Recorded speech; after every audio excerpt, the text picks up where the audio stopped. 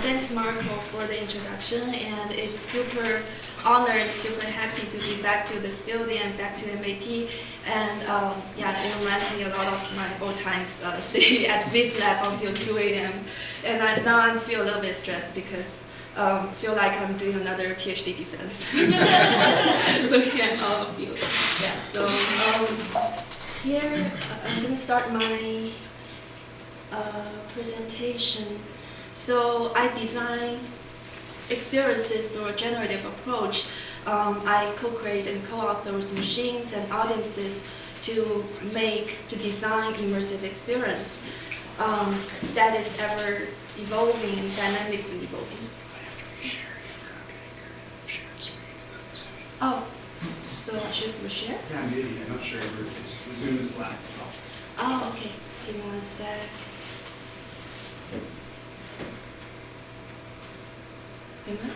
Am I sharing it now? Now it looks good. Okay. Sorry about that. No worries. It's the wrong reading. It's good. It's good. Okay. Sorry. Am I sharing my Yeah. notes or sharing? Okay. You're good. Okay. Yeah. So I was a photographer, and then I shift my direction to art and technology when I get my MFA at the California Institute of the Arts. And when I joined MIT program, I started experimenting with image data in multiple medium and media. And I create VR installations, interactive art installations, Fudong performance. And my process of making involves collecting data and design different systems to transform it into new materials, new forms, new aesthetic in the virtual space, and present it as immersive interactive art experience. And I always want to start with this slide. So I was born and raised in China, a historical city called Suzhou, which is renowned for its unique architectural style of Chinese gardens. And there is a garden design strategy called borrow scenery, which is to use the frames to incorporate the distant views of the sky, the clouds, the mountains, and also the garden views of the pavilion, the bamboos, the visitors into one composition. So that really inspired my way of observing my surrounding environments. I always do like frame my surroundings as a multiple layered dynamic composition. So I started to know that this kind of design practice is called assemblage, which is today's topic, and to cover all forms of composite art and motif juxtaposition. So it was popularized in 20th century with a list of artists creating different kinds of assemblage in different media and mediums. For example, image collage, photomontage, the sculptures made with ready-mades, the cut-up techniques in the literature fields, music concrete in the music fields, the Mespal, the spatial collage in architecture fields, the theater of totality, the Moholy art use multiple layers of immersion, break the fourth wall between the participants and the performance. And all of those creative practices was rooted in assemblage theory, which was firstly brought up by Deleuze and Guattari, and later developed by a list of sociologists and philosophers. So all of my practices follow this formula that exploring the way to transform image-making process into a compositive reality by combining automation with artistic approach. And I started to realize that the methods, like in computational design fields such as machine learning algorithms, information design, interactive media, immersive media, brings new opportunity for we as artists, as designers, to rethink what is authorship, is it machine or it's human machine hybrid, and how can we utilize algorithms to build the connections between layers and parts, and what is data-driven narrations, data-driven forms, materials. How can we take advantage of uncertainty of machine learning algorithms to create a new kind of chance and choice operations? So with all of those critical questions in mind, my practice aims to transform image-making process into interactive, immersive experience. I call it a speculative assemblage, which is the title for my PhD dissertation. Today I'm going to introduce two of my projects I created at MIT and two new projects I created after I graduated.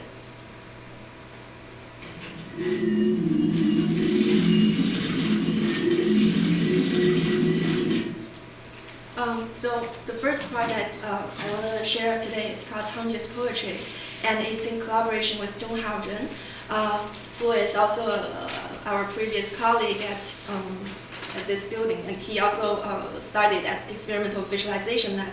So we met there and we started our collaboration from 2019 and continue our collaboration until 2021.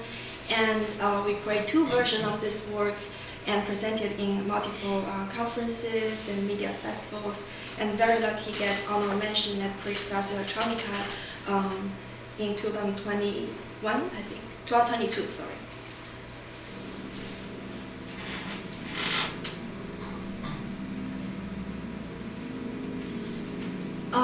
Cangjie's poetry starts with a very conceptual question. So, from my observation, humans and machines are in constant conversation, and humans always initiate this conversation by utilizing programming language that will be converted into binary digits that machine can understand.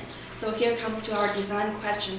What if artificial intelligence can imitate human beings to create a symbolic system and to actively communicate with us based on their understanding of the universe and begin to interact with us actively? How will this recontextualize and redefine our coexistence? And my inspiration comes from the Chinese folklore of a legendary historian. His name is Cangjie, and he is considered to be the person who invented Chinese characters.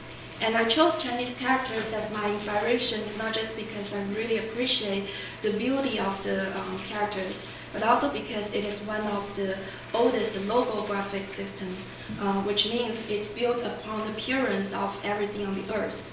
So I want to share the story of how Cangjie created Chinese characters.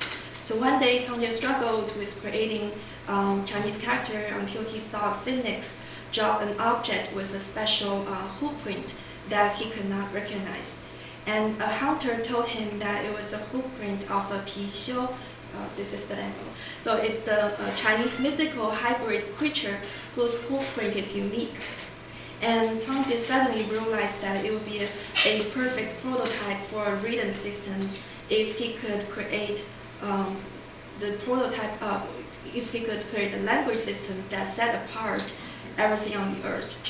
So we can tell from the early Chinese characters, it really looked like the real world objects. So we artistically imagine the future language from this ancient truth of a logographic system. Suppose artificial intelligence can create a symbolic system based on their observations of everything on the earth and start just like Cangjie did 1,000 years ago. And how will this influence our coexistence? Therefore, we train an AI system to learn the principles and constructions of over 9,000 Chinese characters. And after learning, the system is able to convert images to a cluster of new symbols in real time.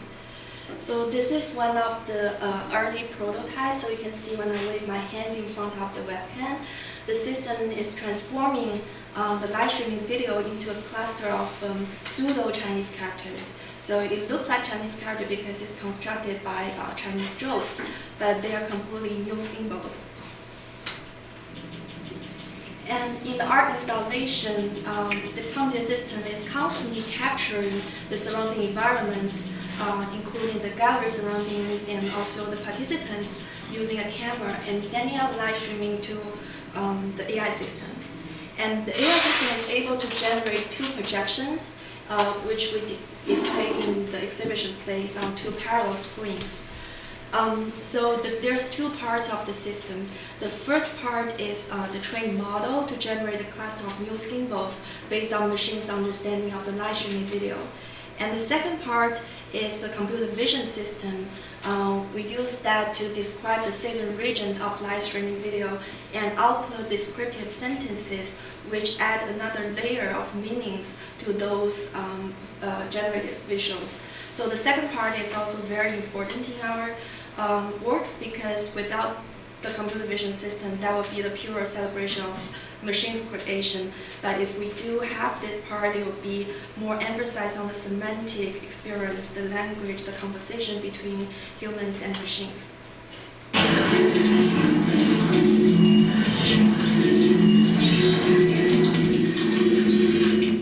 So this is the mockup view. So you can see in our installation, we have two parallel screens. And again, so first screen display the first visualization, which is the cluster of new symbols generated by machines in real time. And second visualization is a collage of the pictorial fragments from the live streaming video and also the descriptive sentences. So we combine those two visualizations as an artistic experience.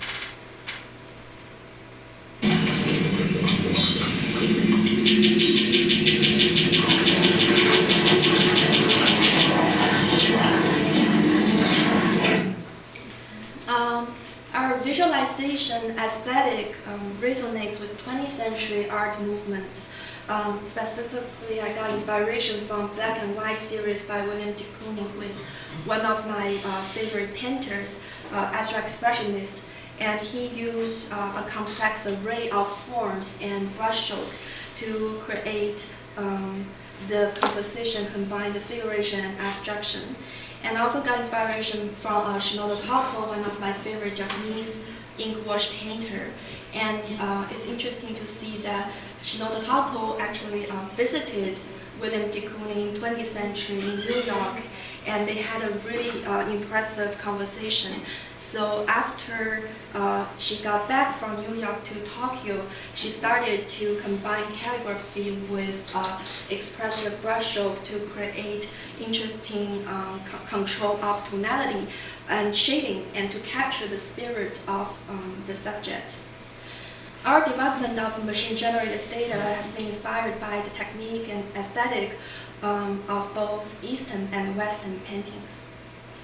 So instead of showing the machine-generated visuals as the direct output in the installation, we further developed it through layers of image processing techniques. So we use layers of image processing techniques and feedback system to further process the textures more like a gesture of writing. And then we write the OpenGL shading language to relocate the pixels from the live streaming video, the first input live streaming video, to the second input textures, which is the generative cluster of new symbols. And we are trying to create the result of using the live stream pixels of live streaming video to write new symbols in real time. So here's another demo. You can see that we showing the live streaming video as a monochrome ink tank, and each pixel is moving towards the direction, the location of the textures generated by machines. And the movement is in response to the RGBA data of the live streaming video. So this is the first visualization, and the second visualization is the visualization of the text data and pictorial fragments.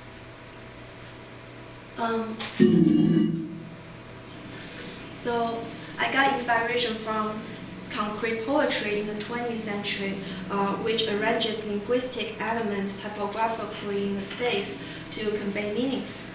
So we use DanceCap to determine the arrangements of sentences in the multiple regions of the images.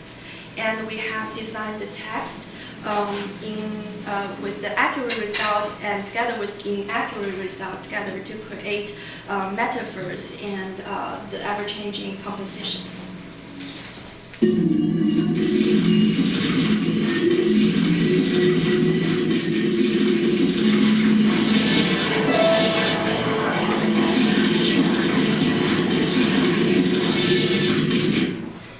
And this work can be viewed in different ways. So for example, it can be presented as a VR installation, and we can view those new symbols flying around in the VR space. And we can also visit this installation with two parallel screens and the camera set in the center of the space.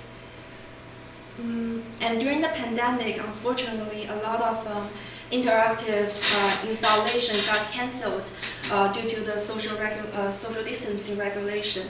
So as artistic response to this regulation, we create this special edition. And instead of using the live streaming video as the data input, this time we release a call for entry online, and we collect 20 different footages from strangers from 10 different countries. And we fed those submitted videos into our AI system and let our system generate 2 visualizations and output as pre-rendered animation and displays in the gallery space. And I like this special edition because it's more about like the collective memories and presented unfolding scroll of evolving like Eastern calligraphy or an open poetry book with changing thoughts generated by both humans and machines. So Cangjie's poetry is not only a conceptual response to the tension and fragility in the coexistence of humans and machines, but also artistic expression, imagination of a future language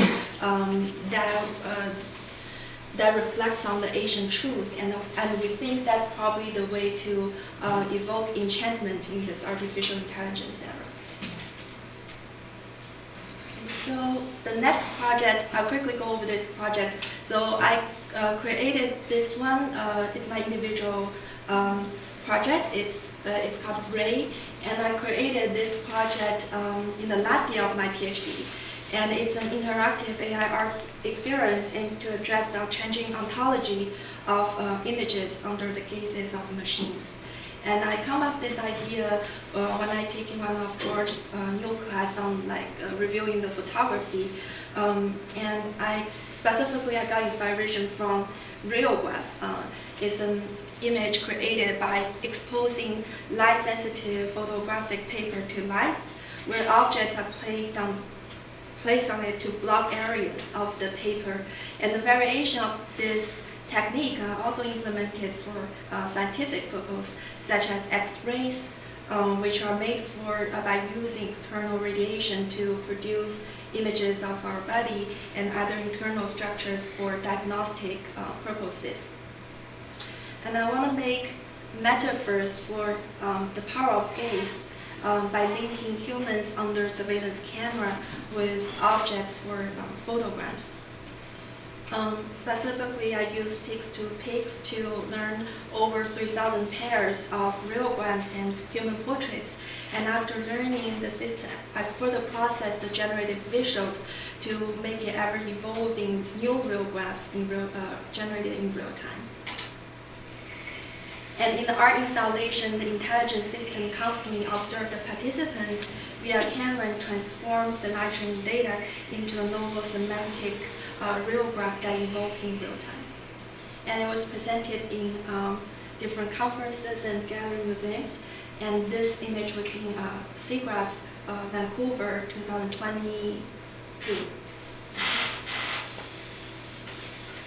Okay, so the last project I created at MIT is called Astro. So that's actually my first Fudong project.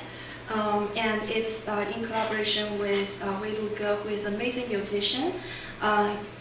She's currently pursuing her composition PhD degree at Harvard University. And we met at CalArts and also collaborated with 3D artist Xiaoyu Xu. So this project explores the question of why we explore space in the context of known and unknown, as well as folding and unfolding. I started this project by getting the inspiration from a letter wrote by the NASA director explain the question of why we explore space to Zambia-based her name is Sister Mary Jaconda. And he attached this image of a view of our Earth as seen from Apollo 8 when it orbited the moon at Christmas 1968.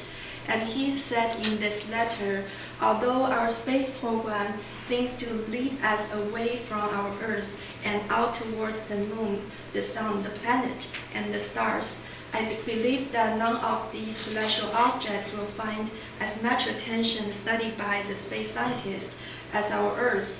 It will become a better Earth, not only because all of those new technological and scientific knowledge which will apply to the betterment of life, but also because we are developing a far deeper appreciation of our Earth, of life, and of men. So I really like this paragraph, and I also like this angle when we're looking at our home, Earth. It's more like a lonely subject in the unlimited voidness. And in the historical planetarium, humans are always lying on the ground and looking to the projections of outer space. So I think, what if we think the other way around? Suppose we are aliens and we are lying on the ground and looking to projections of our Earth. So if we can view our Earth from the angle like this, we're going to be a little bit closer to the design question of why we explore space. So that's the design idea of this planetarium show.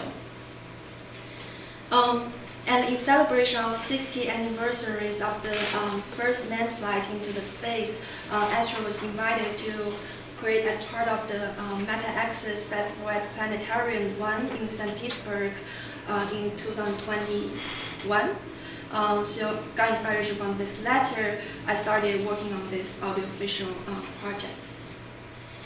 And in Astro, our Earth, the only astronomical object is known to the harbor life, is unfolded through the lens of an intelligent being in outer space. So as it rotates the lens to zoom in and out, it brings the journey of observation, multi-scale observations of ecological changes and machinic visions with artistic imagination. So from a vast forest where the flames roar into the wild creatures to the melting iceberg revealing the hidden information. From the diagram of ancient pseudo-science, astrology, to the latent work of AI's generated visuals. From the data-driven landscape to the algorithmic generated visuals. From the climate change to the creature's migration. So the performance ends with the creature's migration. And this audiovisual is trying to raise the question of why we explore space. So here is a teaser. The whole performance is 8 minutes and 30 seconds, and the teaser is 1 minute.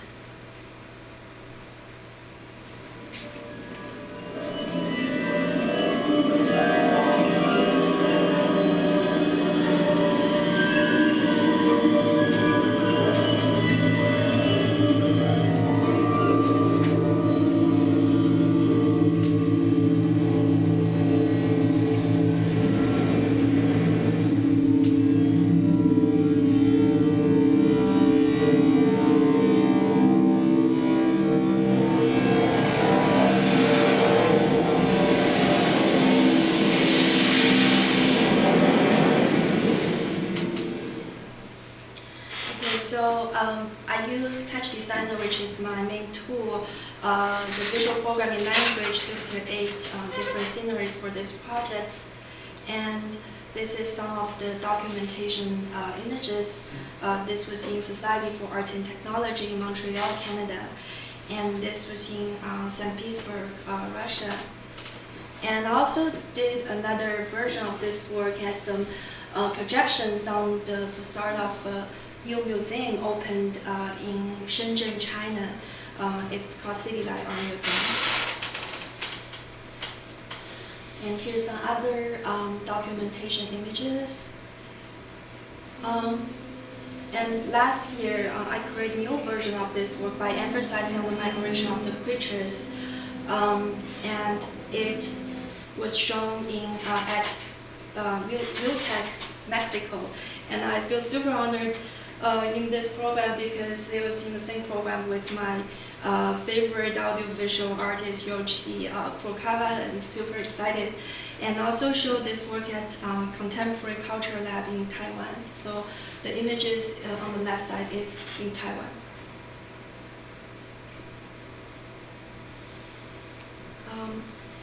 Okay, so now I'm going to introduce two of my new projects.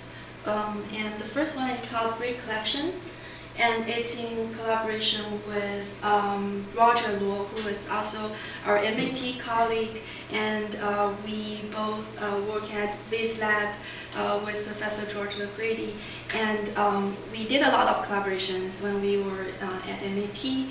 We created VR projects with AI navigated systems and presented in multiple conferences. And then we continue our collaboration after we graduated. So I come up with this idea when I finished my PhD defense in 2022 because I witnessed my grandma's memory regression due to the dementia after she got COVID.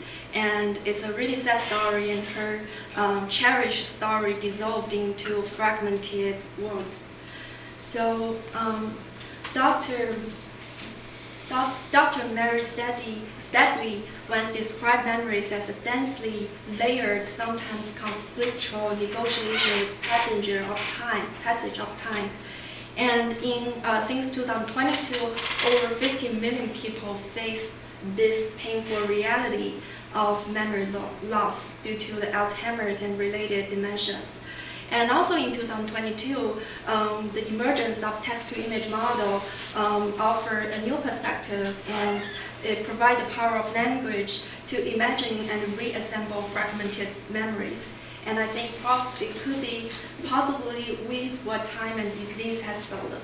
So this is our initial motivation for creating this interactive AI art installation to transform the fragmented language into visual memories in real time, and trying to blur the boundaries between remembrance and imagination through AI system design and experimental visualization. And we started with design questions. When we coexist with machines, will we accumulate synthetic recollections of symbiotic imagination? Is language capable of triggering and synthesizing memories? And how does our collective memory inspire new visual forms and alternative narratives? We also started investigate the medical humanity research fields. So we think we can represent our memory as an embodied self, as a montage. And we found this quote particularly interesting, contrast to the person-centered approach. The inter-embodied self does not require a unified or coherent narrative in order to thrive. On the contrast, our inter-embodied self may be fruitfully conceptualized as montage. And Nick Jenkins, who is the curator in the medical humanity fields, he proposes that understanding dementia as an experience of evolving selfhood, rather than attempting to repair or restore our previous state of individual with dementia, and he thinks that's the condition requiring the restoration within the frameworks of person-centered care. So we started to think imagination becomes the pivotal for the individual with memory loss, given its value in the shared creation and presence beyond the conventional continuity of time. And we also found the research from another researcher in the sociological field, and his name is Bastien, and he articulates that creative care is a mutual commitment to re-envision oneself, others, and their environments, and the collaborative effort to reshape the world can be a deeply transformative and healing process, especially for those who are typically deprived of such world-shaping opportunities. So we are embracing imagination for the connection flourish when we, and he also mentioned that connections flourish when we shift away from expectation of memory, and we can build the world towards the freedom of imagination, shared expression. So we emphasize on this collaborative effort among various entities, such as the participants, the artists, and machines, and trying to create an evolving environment entails a more radical way of caring, healing, and word making. Where is this second quote from? I couldn't understand. So it's from a book called Creative Care, a Revolutionary Approach to Dementia and Elder Care. Creative care. Yeah, creative care. Can I turn off the lights? Sure. This video is super dark. Thank you.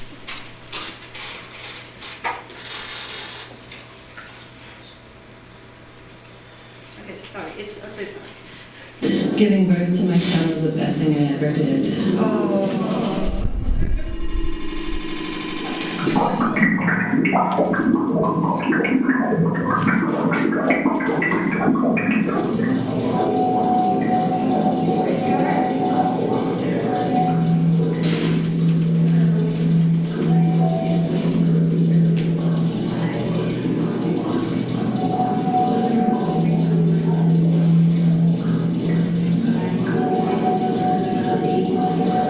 I took a cross-country road trip with my friend without any final destination.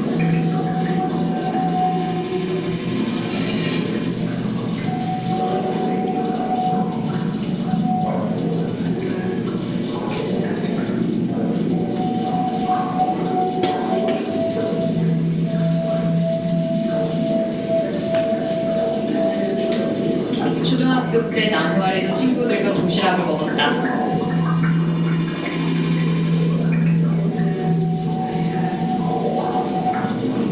Cuando mi mamá y mis hermanas viajes en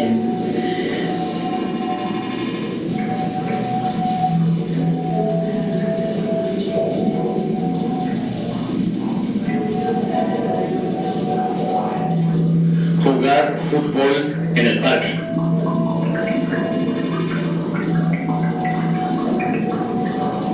所有东西都在摇晃，所有东西都在掉下来，地板裂开。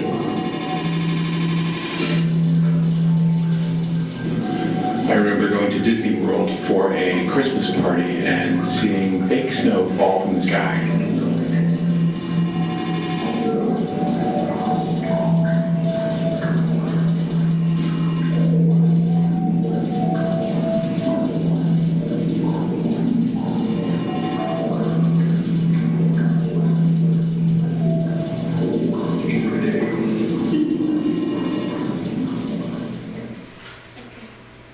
So, do you think we need to turn on the lights, or you guys are okay with the darkness? Okay. We won't be able to see Weidi in the video. I think, yeah, I think it's fine. Yeah. Okay, so I'll explain how this system works. So basically, ReCollection is an assemblage of human-machine artifacts that emphasizes the contributions from artists, participants, and machines.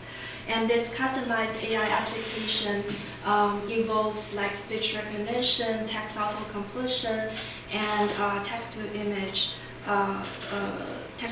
to convert the language input into the generated visuals in real time and present it as an interactive art experience. So basically, this is the top view of the installation, and the participants will speak to the microphone in the space, and they have 7 seconds to describe, using one sentence to describe one of their fading memories using fragmented language. And then the speech recognition, we use Whisper, which is the model developed by OpenAI, and then to transform the voice input to the text. And then we do the text autocomplete, specifically we use GPT-4, and then we fine-tuning the stable diffusion on the documentaries of Alzheimer patients, their visual memory and their descriptions. Then we transform the text input to the images in real time. And then we further process the images through layers of image processing techniques and also optic flow and other techniques to transform the output images as an interactive art experience and present it in the gallery space. In our installation, we chose not to showcase the direct visual output generated by AI system. Instead, we drew inspiration from monotype, a printmaking technique tracing its origins to 1640s, and also slit scan photography known for capturing sequential slices of subject over time. So we aim to present ReCollection by combining generative visuals with fine art making practices and trying to investigate the new aesthetic that explore the fleeting visual imagery undergoing dissolution, tilting, printing, and reprinting over time. And specifically, we did pixel shifting, displacement, feedback system, optical flow, and multiple layers of image processing techniques to transform the generative visuals into a evolving visualization. And this work was presented in multiple formats. And in one of its first showcase at SIGGRAPH last year, I think probably some of you guys interacted with this piece at SIGGRAPH. So this is our initial iteration, and inspired by the intimate, nostalgic, and vintage aesthetic of Polaroid photographs. So the visualization resembled as an unfolding photo book. And the generative was presented within frames, and the descriptive sentence is placed along on the side of the images. However, we observe that participants feel a disconnection between the text output and the images. So therefore, we come up with the second iteration, which was shown at Signal Immersive Art Gallery, which was curated by Vancouver International Film Festival and DGBC in Vancouver. So for this version, we drew inspiration from observing people gazing at river water reflections. So they often see the self-portrait in the ripples and creatures, and creating those moving and abstract reflection, and so that's the reason we redesigned this visualization and adopted a circular shape and incorporating the text within the visualization as part of the graphical components. So when the participant gazing at this visualization, they feel as if their memory were recreated, reflected, and reimagined. So here's other documentation images. And one of the important things for this piece is our AI system can recognize 98 languages. So it facilitates multilingual input. It really highlights the inclusivity of our experience. And during one day at SIGGRAPH, we welcomed over 1,000 international visitors from diverse cultural backgrounds, including Japan, Iran, Korea, France, Germany, US, and other nations. So we always encourage them to speak in the language they felt most close to. And this approach aimed to create a very intimate memory experience for storytelling purpose. And it's also very heartwarming to witness the participants' excitement in sharing their memories in their native languages, and also their excitement to see their memories synthesized in real time. And some participants were so moved in the installation, they became teary-eyed upon seeing the generated visuals. They also shared with us that some of the visuals resonated with the events in them from their past, and also capturing some imaginative details. This is another images when we show this piece at World Team Play at Media and Immersive Experience Center. So the new version, the third iteration of this work is currently shown in Cinema Mystica in Budapest, Hungary. We were remotely installing this piece, and the visuals is presented as a projection on the curved surface and mapped with 3 projectors. So the show is up from March 1st to September 1st. So I don't have the documentation images for now, but they are doing like the photo shooting this week. The opening was last weekend, so this is the mocap.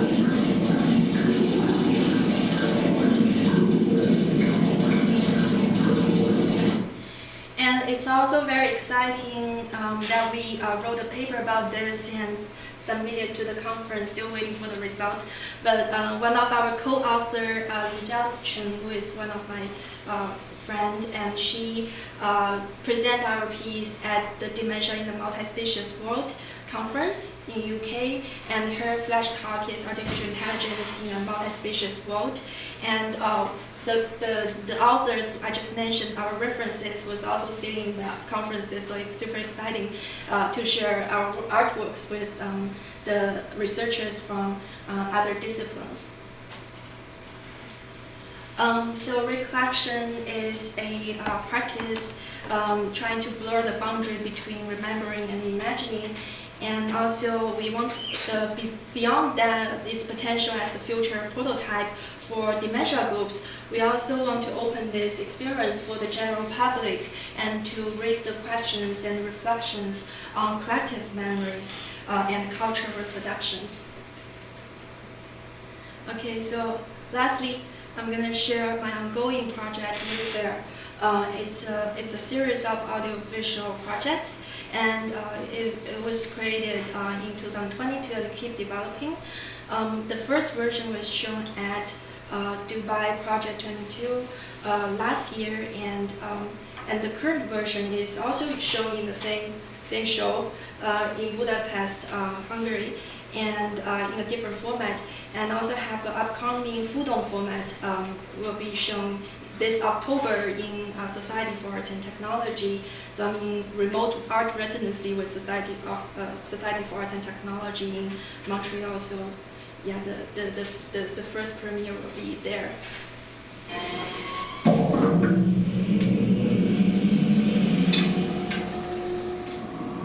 Okay, so this Wayfarer is an immersive audiovisual performance that presents an adventure alongside an AI generative creature. And it's named after legendary Chinese mythical creature. Its name is Tiangou. So literally it means the dog from the heaven. So Tiangou embodied the dual natures, representing the duality of benevolence and malevolence. So in its positive interpretation, this creature assumes the form of a dog, and having evolved from an astrological constellation and stands as the guardian of the world peace and tranquility. Conversely, in its negative interpretation, Tiangou is the entity that devours the moon and casting the darkness and shadows upon the world while destroying the full moon's radiance. So in this audiovisual performance, and I reimagined this creature as a symbolic representation of both curiosity and the fear of the unknown, viewed through the lens of artificial intelligence. So drawing the sources from the classic of mountains and seas, 2 years ago I trained a model to learn the thousands of the beasts envisioned by our forebears. Those are ancient imaginations of the beasts, dating back nearly 4,000 years ago. Years ago, yeah. So they start to comprehend. They build those ancient beasts, trying to build the connections with nature and intricate cosmic and astrological power structures. So the show invites the audiences on this journey alongside with this creature that initially appears as the fleeting star, continuously transformed in an array of shapes and forms and materials. And And then the journey culminates with Tiangong devouring the moon and ultimately transform itself into the new moon. The first iteration of this project was shown in Dubai and on a curved LED screen. And so it portrays our perceptions of unknown and our coexistence with machines. And I'm trying to investigate a poetic spectrum of new dualism. And this is some documentation images of the show in Dubai. And the new version will be the 4 projections on 4 walls and also the 1 projection on the floor. And it's currently shown in Budapest. And it will be also up for half a year. And I don't have the documentation images yet, but I do have the mock-up view, so I can share portions of this audio visual with you guys today. So this version is more immersive.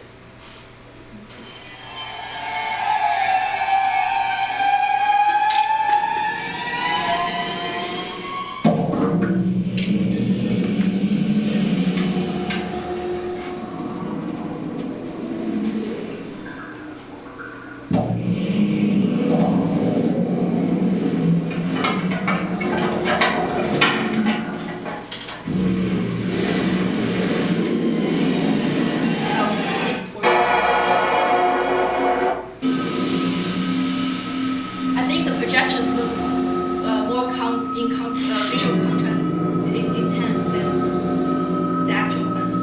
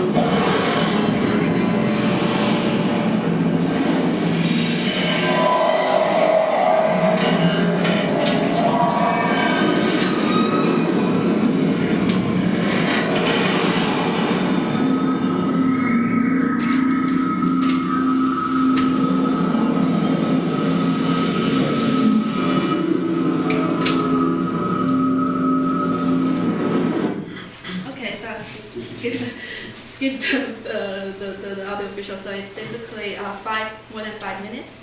And yeah, as I mentioned, the new version will be as a full-on performance, and we will do the real-time audio visual performance instead of using the pre-rendered animation for the new version this October. And this is my last slide.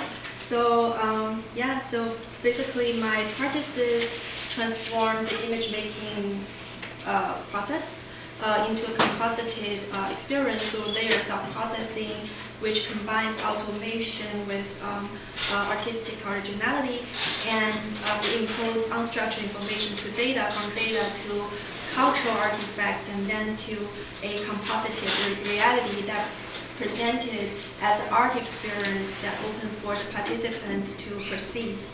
And the goal of my practices is to create, to build a culture that blends human and computer meanings. And thank you so much for listening. And here's my website, my Instagram, and my email. Let me know if you have any questions. Thanks.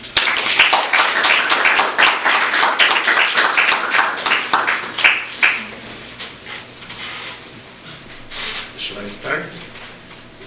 Okay. Yeah. So, Weidi, it's wonderful to see your evolution and continued evolution. And the work you did during the PhD was already very impressive. So my question has to do with how do you manage to do these works? So if I look at these, the last few projects, I'm thinking there has to be an artist, there has to be a project manager, there has to be a designer, there has to be a cultural and technical researcher, an interaction designer, an audio designer, and composer, and then software production. And then once the work is done, there has to be the marketing, the exhibition organization, the financing, the shipping, the installation setup. So Refik Anadol has a production team of 40. I think you're the only person except for He's doing large scale stuff. Yeah. So how do you can you talk a little bit about how you manage to create these things? Yeah, so I started by my observation of my surroundings and come up with the idea first, and then I started to kind of list the timeline with when is the deadline, when is the first deadline for my project.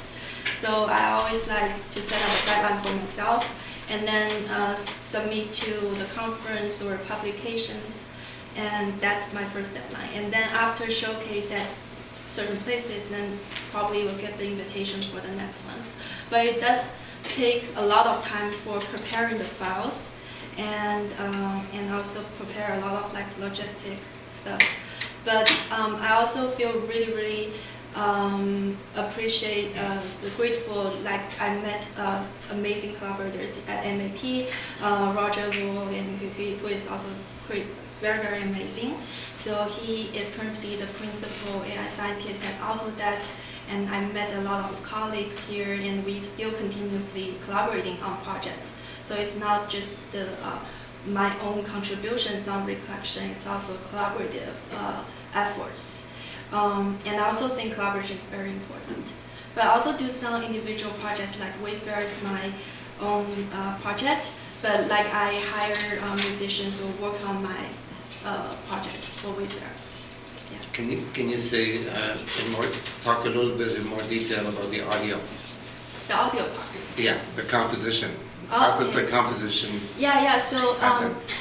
basically, I use the MIDI controller to animate the visual elements, and I record the signals of how I control the MIDI controllers, and then the musicians will come up with the composition based on her interpretations, and then she will send out the music files to me, and then I input the music files to Touch Designer, and then doing some audio reactive visuals like audio analysis in PD, and then using the parameters of the audios and then to make certain visuals in audio reactive. So it has many layers for the audio visual performance. Some visual part is not in reaction to the audio, but certain part is in reactions. So yeah, it's multi-layered composition. And there's a lot of back and forth. Yeah.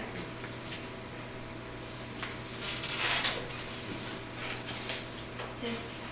I have two questions. We're going to separately on two at a time. Okay. So the first question is on the first project, on meta generations. So could you explain a little bit about the logic between the input video, the density and the content of the characters being generated? Because you're waving your hands from the camera, so you're feeding in data about visualizations.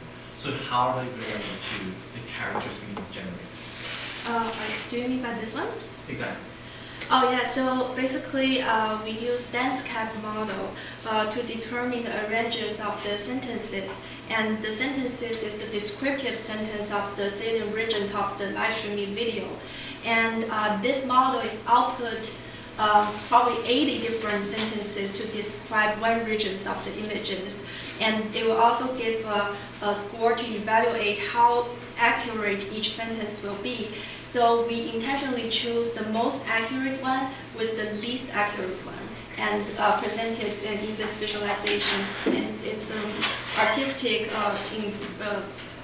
interpretation of the flaws of AI models, and also the way we create poetic metaphors. for this semantic experience. So my second question is on your project on memory recall. It's I see the most patterns you have is the pixels just flowing around. So rather than having you see because OpenAI recently have a new model called Sora, because Sora just generates the video directly from your input NLP language. So I'm just curious about why did you just choose that kind of flowing pixels instead of other patterns? Is there any specific meaning you want to convey based on that kind of patterns, or is it's something based on the algorithm itself? Yeah. So I think that's a really good question. So we come up this project before the release of Sora. So it's definitely amazing to see the Sora come out. And we designed this visuals. I'm not sure if I'm sure. Yeah. So we designed these visuals with the goal of creating the new aesthetic that represents the fleeting memories. So we're trying to explore the visuals that we can represent as the fleeting visual imagery undergoing dissolution, tilting, and printing and reprinting. So the soundtrack of this work and also the visual representation of this work is following the design ideas of creating visual representation that represents fading memories. Thank you. Yeah, thanks.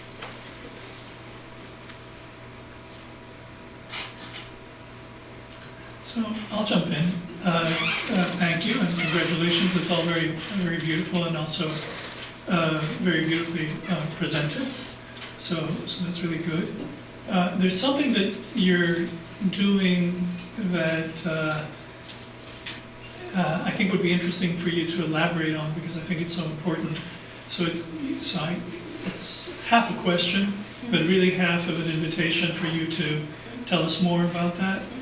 One thing that I think all the projects have, and it showed up at the very end as well as your final slide, was that you have a computational level, and you have a cultural level, and then you're making what you call the liquid network, right? And you laid that all out. In the process, and at several points, you explained to us the inspiration. You also explained to us the references to not just to art in general, but to particular artists for the particular work, the particular aesthetic that actually related semantically and meaningfully to what was actually going to be depicted. So everything that you showed has these many parts, but what's also interesting, and this is the part that I hope you can tell us more about, you could, with what you showed, you could have stopped at doing it once. There's a cultural level, a computational level, and here's an artist, and I'm done. But you clearly don't do that. And what you seem to do, and if I don't mean to project on you, this is what I'm seeing, and you can correct me. But what I see you doing is that, okay, you do that, you look at it, you say, well, but it needs another layer. And then, yeah, but it needs another layer. And yeah, but it needs another layer, but it needs another layer. And there's a kind of iterative and recursive attention that you seem to invest that becomes quite tangible, like it's in the final result.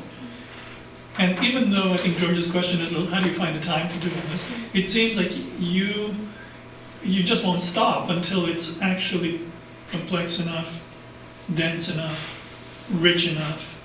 And then, of course, because it works, the world reacts and says, wow, excellent, that's really good. Now, I want to catch that. I see it, and I hope everyone sees it. I think we all saw it. But I think it would be really good if you could unfold that for other people, because I think it's a great model. I think when you make something, it's not just media arts. I've got media, I've got arts, I'm done. It's a little bit like maybe making a fine meal. And you get the ingredients, and then you put the herbs and spices, and you say a little more pepper, a little more salt. You taste it, a little more of this, until it actually tastes good. So anything that you can say about that aspect of how layers become qualities would be really useful. Wow, that's a really hard question. I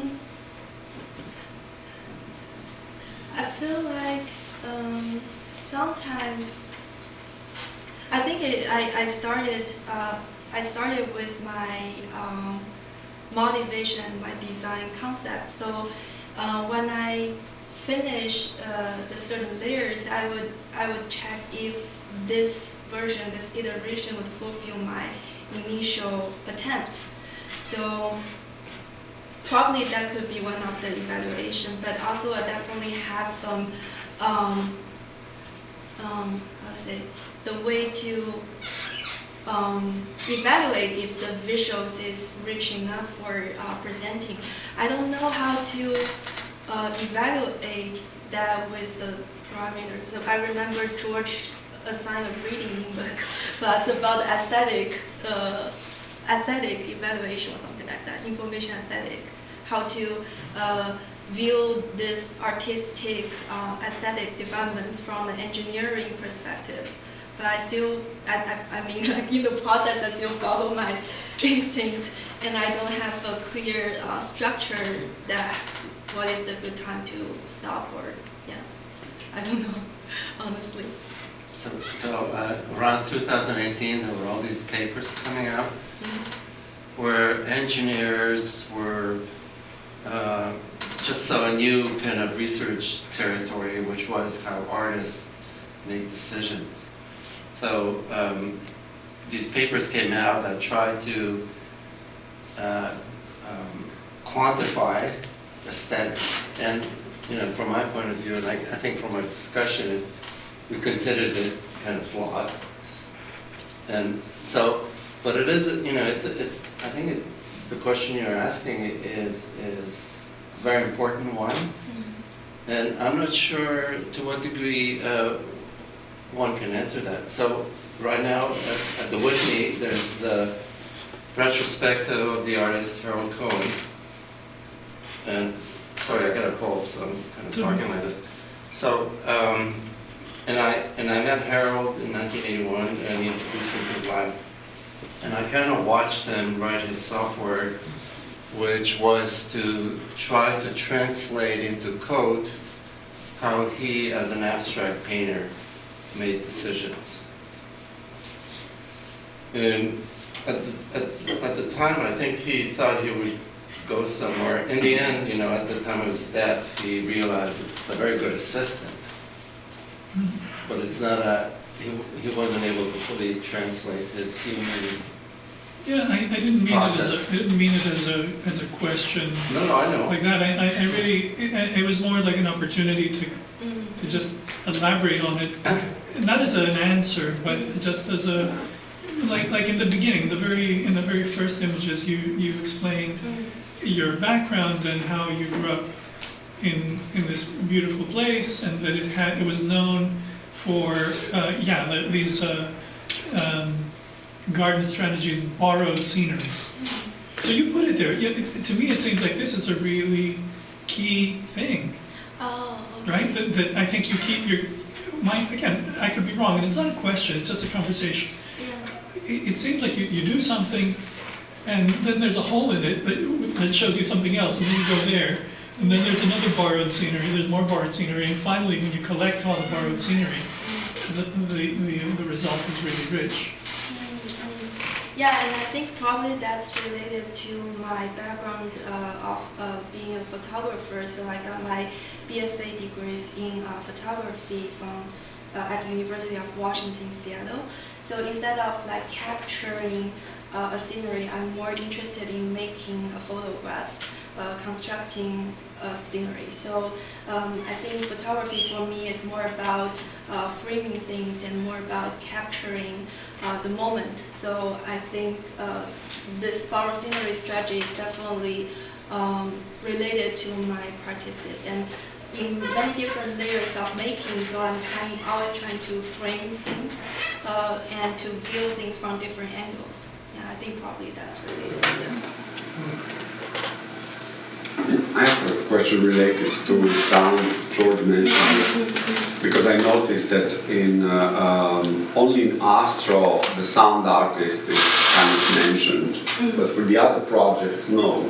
And is that just the way that? I created the sound. Oh, you did? Yeah. Okay, so just for Astro you didn't. What? Sorry? For Astro you did. And for Wayfarer I didn't. Okay. Yeah, I forgot to mention the musician is the same person for Astro. Yeah. Okay, same. So it's one collaborator that works. Yes. Yes. Okay. Yes. So that was my question, because I thought I remember that you worked for Cangjie's poetry. You did the soundtrack too, Yeah, right? Yeah. But you mentioned that you sent it to some artist or something before when George asked. So that's why I was confused about it. Yeah, but I'm not from the audio background, so I'm not confident with creating a composition for a time-based piece. But for the interactive art, Curtis recommended me to play with granular things, so I started to just doing some random experimentation here. This I remember. That's why. Okay. So, but just to build on that into my original question, so yeah, can you describe how you created the sound? In other words, the image came first, I presume? Yes, the image comes first because I'm a visual person. Yeah. So so I created visuals, and then I think for all of my projects, the system, the visual, the experience, and audio part all follow the design methods of assemblage. So for the sound components, I also got inspiration from Music Concrete. So I did the field recordings of the cityscape, or probably some objects of the daily life, like mixing like something in the kitchen or something like that, and then to record the extra sounds and then transform it using granular things, and then use it for my projects. Yeah.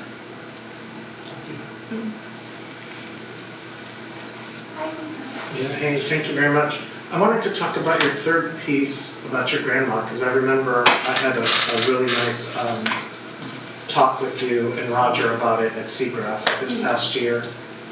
Can you elaborate about that? It seems as though that story was very personal. How does that differ for you creatively and stylistically, having that type of motivation versus, I think, the other ones that seem to be a little bit more analytical, or at least the first two? Oh, okay. Yeah, I think that's a really good question. So this project is definitely more, when I create this project, it's more emotional because it's related to my personal experience. So for this project, I intentionally designed it as a more intimate experience. So from the experience design perspective, I intentionally to make the soundtrack in the art installation that make the participants comfortably to speak to the microphone, because other people won't hear the sentence they whisper to the microphone. And also there's some intimate components, such as we invite the participants to speak the language they feel most close to, and that's one way to make them feel comfortable. So I'm trying to blend my personal experience to make it make this experience also more personal to every participant in the installation. I wanted to follow up real quick. It sounds as though that when we spoke, you had really good conversations with people that came in. Can you maybe share a story of what really touched you as an artist? Like what really good conversations or something that really has been maybe changing or impacting your future work? Yeah, so I think it's also interesting to see from the certain aspects, the model is understanding the cultural influence. For example, when the Asian people talking to this model, the generative symbols or the decorative elements on the architectures is all related to the ones they described in their hometown, and also one of the stories a lot of like participants would like to speak about their family and their family members or the memories they really cherished.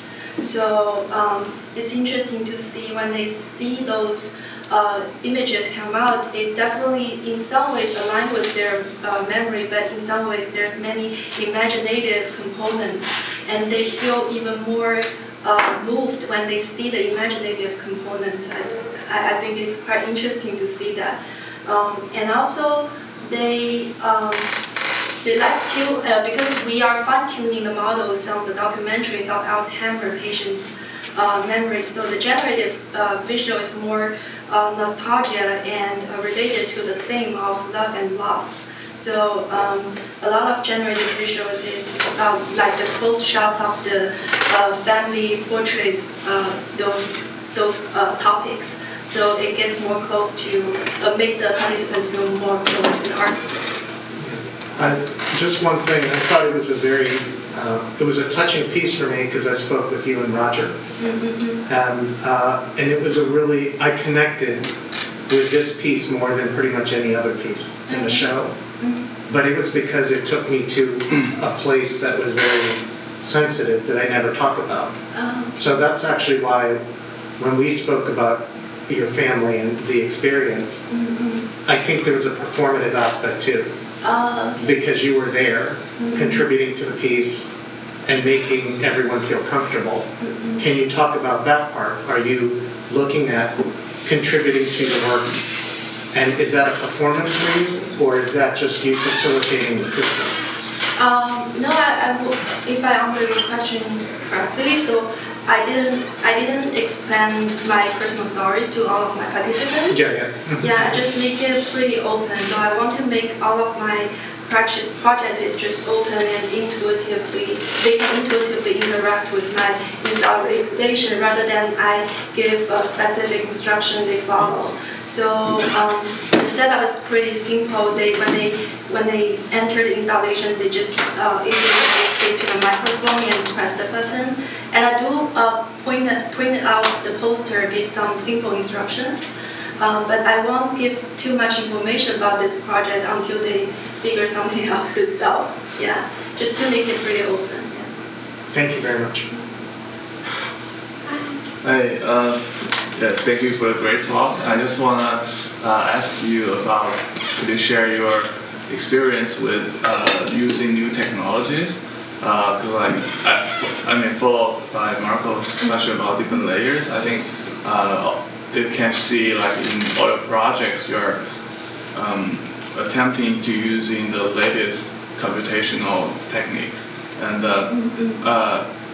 even though there's some like similar, for example, the ReCollection, I have seen like other projects that use voice and translate to text and to images. I think your work is more specific.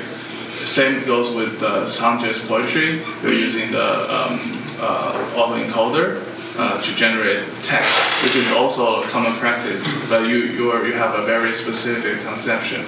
So I wonder if you can share some like your methods of how you turn the new technology, how you can find like a concept. Does the concept come first? How does this work so that you can like come up with this very unified concept of the work, other than just like a cool demo of the new technology?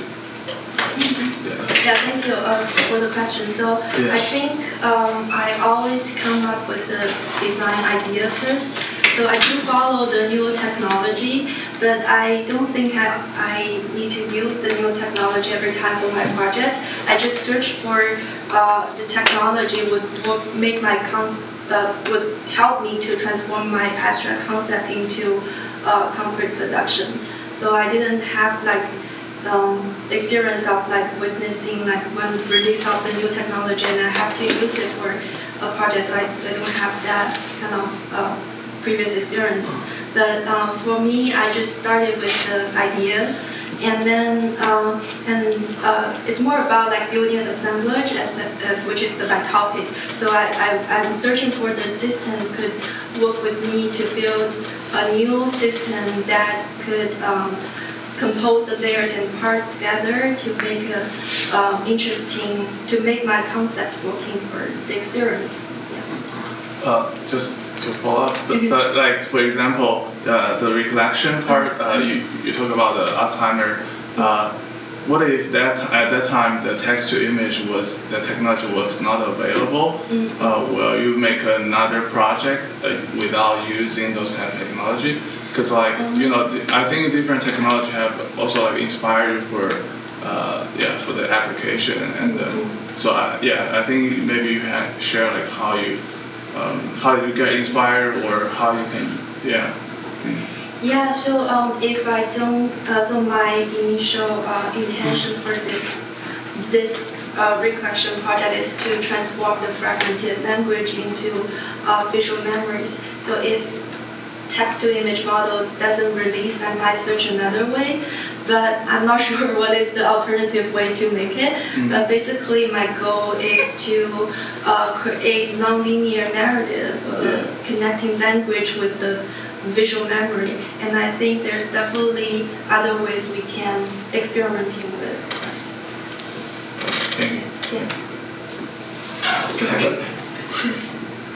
How are we doing, Marco? We are still okay. I mean, it's 2:30. We started a little bit later today because we had a problem with the previous people being here until 1 p.m. So I have a different question. So you're today assistant professor in immersive experience design at the Media and Immersive Experience Center at the Arizona State University.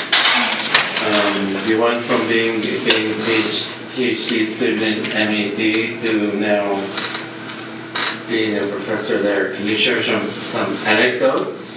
What that experience is like? Honestly, I'm still learning. So I think because I'm learning, I'm learning everything, like how the system works in the United States and how to be a good professor.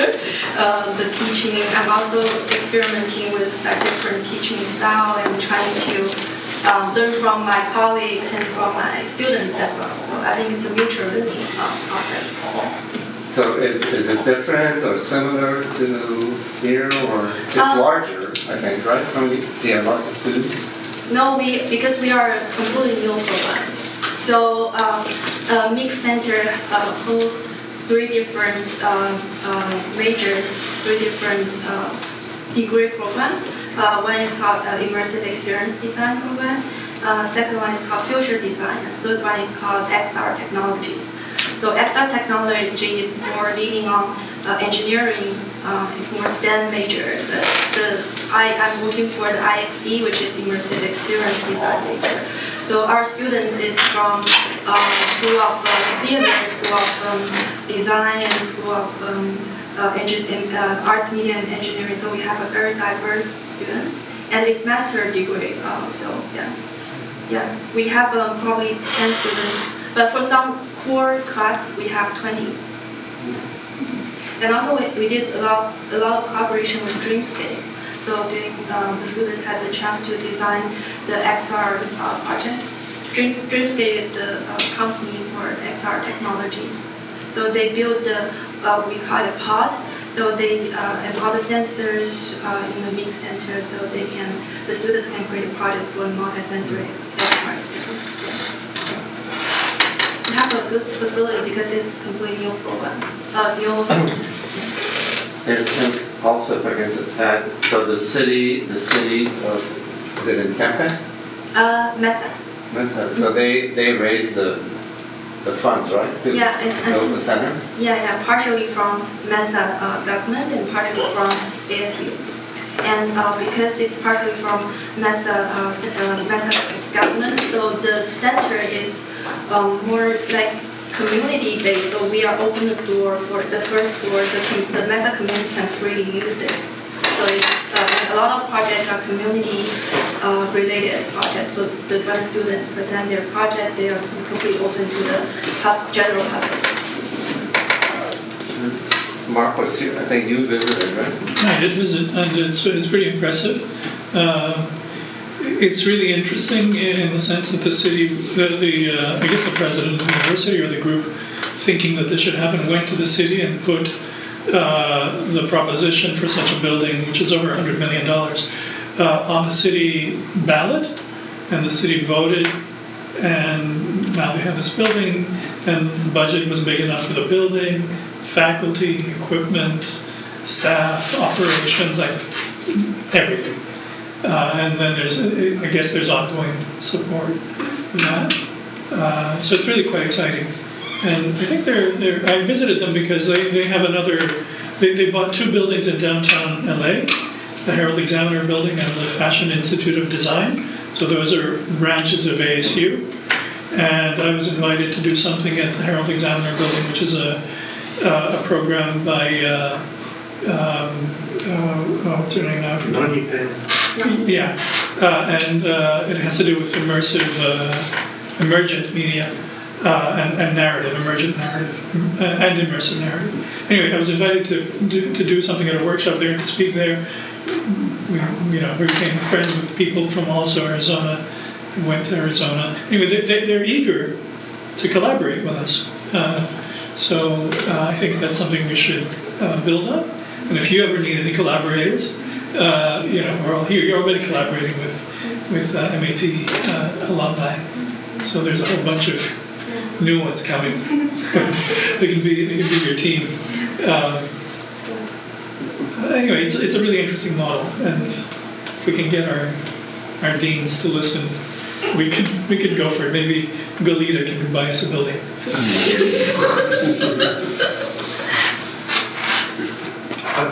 I have one question real quick.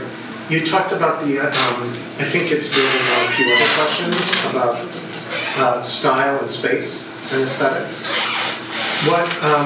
Since I know that you've taken, professors here, like Transvergence and I think with George talking about aesthetics and photography and AI, like what do you see, what direction are you excited about to encounter with space or with technology? Are you looking at incorporating quantum computing or some other technology that will expand your imagination?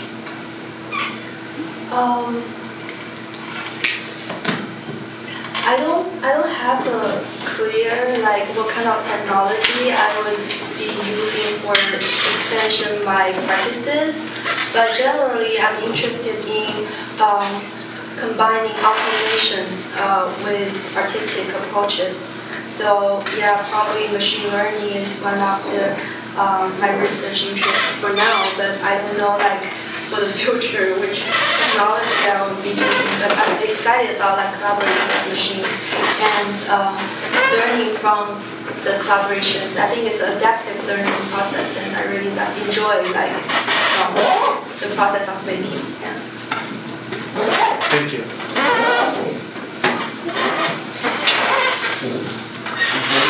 I think we're